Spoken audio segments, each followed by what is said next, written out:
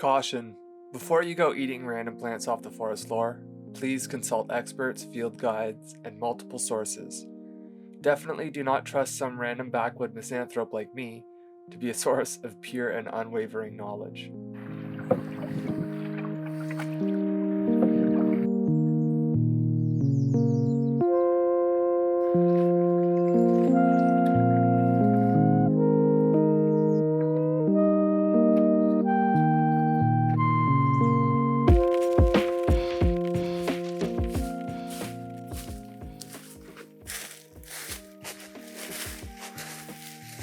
Hello, today we are looking at this fern here. It's called the Pteridium Aquilinum, and who knows if I'm saying that correctly, only ever read it from a book. This is commonly known in Canada and the States as the Braken Fern, but I found out doing some research after my brother's fiancée Sarah Graham turned me onto this plant that it's commonly eaten in Korea. So I sent a message back to Heisu and Jisoo. They knew exactly what this was, and I just had it like for the first time 2-3 days ago. It is incredible. So let's get into the identification of this plant. The young bracken fern shoots in the spring are reminiscent of that of an eagle's claw. The 3 branches will be curled inwards.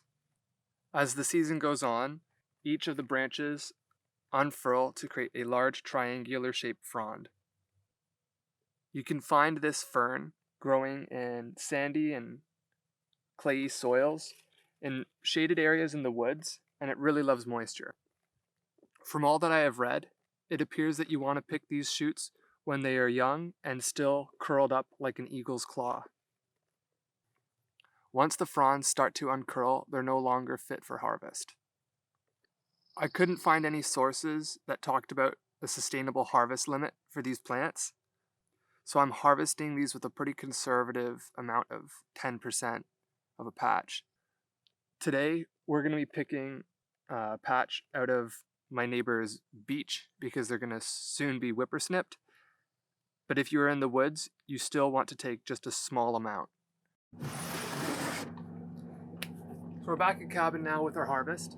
Before we get to cooking, I need to disclaim that there are carcinogenic compounds in these plants. There's measures people take when cooking them, however, that can eliminate those and make them safe to eat. We're following an article that I found. I'll throw a little screenshot of what it looks like, and I'll put a link in the description to it. Anyways, the article talks about how there's ways you can blanch, and using salt and cooking with high heat, you can get rid of these. And I'm going to be following his steps, and that's how I will prepare this today. So to start it off, we're going to bring a pot of water to boil and blanch these for 2 minutes. Once your water has come to a boil, you want to salt it like the sea, and then add in your bracken fern to blanch for 2 minutes. When your 2 minutes have come to an end, you want to immediately put all the bracken fern into a cold water bath.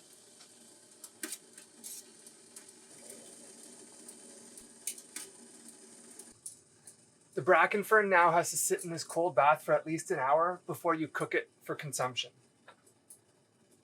It's been well over an hour, so now we're going to prepare a meal with the bracken fern. But we're first going to start with a carrot. I like to use a cheese plane like this to turn the carrot into these thin, and once you saute them in a bit of butter, they become really flexible and super sweet.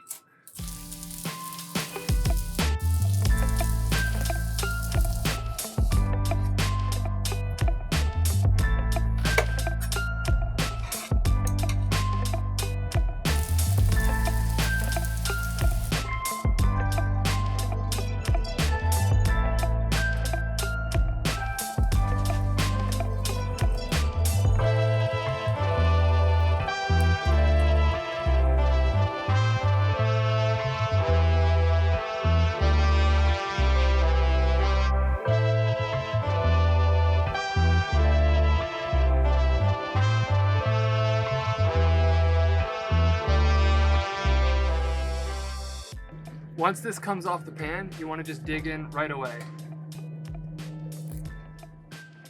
It tastes so good. I'm gonna be extremely biased because I love carrots like this. And honestly, I'm tasting more of the carrots than I am the bracken root, or the bracken fern.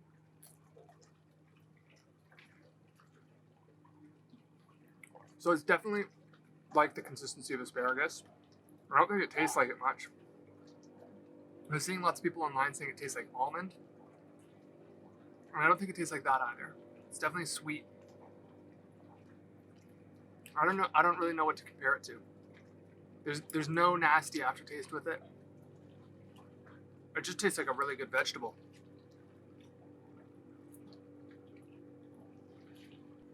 Oh man, that one was really juicy. I think I could see a bit of the almond that time. Kind of like marzipan rather than almonds. The sweetness. With the COVID-19 isolation, I haven't been able to share these meals as much as I would like. Well, almost next to zero. Tonight I'm gonna have my cousins over for a taste test of this, so you don't have to just run off of my word, because I like to eat things that taste kind of like dirt but good. So, cue the taste test. So dig in and let me know what you think. Very nice texture. Al dente. Yeah, definitely. I'm gonna get some of this Braken Fern. So sweet too. Do you think it tastes like almond?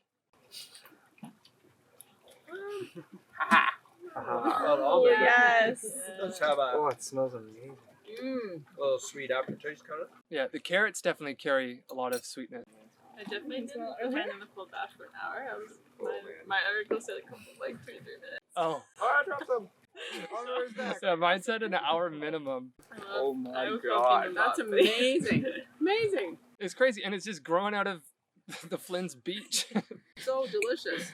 Oh, that's so good. Oh, I'm struggling. And just a combination of it all too. The carrot. I don't want to take it all. That's a great way to have carrots. And I got a bunch dehydrated for you, Danielle, to go back to BC with. I'm so excited. Braken Fern's on the plane. Oh my lord, Yeah. lord. Nice This Here could be we your go. brand. It'd be OAR, Organic Andrews Restaurant. Or Oh, there we go. I like I want to try just the Braken Fern too. Because it's like, yeah, they're almost like so buttery and delicious. Yeah. I think the recipe could like tone down the butter a bit. I was just following what the guy had online. I think you do well with that. Now I got the full flavor of the Braken Fern. But you know when you describe maple syrup, Yeah. like you can't say what it tastes like. Yeah. It tastes like maple syrup. And I think that's the difficulty of trying to explain that. Yes. Because it tastes like itself. But it doesn't taste like dirt. No, this one doesn't taste like dirt. Taste like dirt. And Danielle picked some of the trout lily leaves the other day. Yeah. I didn't think it tasted like dirt. Okay. Well, it No, gets I a pretty didn't- bad rap. I didn't get the dirt flavor. I think it's more like apple. Yeah. It was more apple. Yeah. That's awesome. Thank you, Andrew. Yeah. Oh wow. Happy hour. Bye-bye.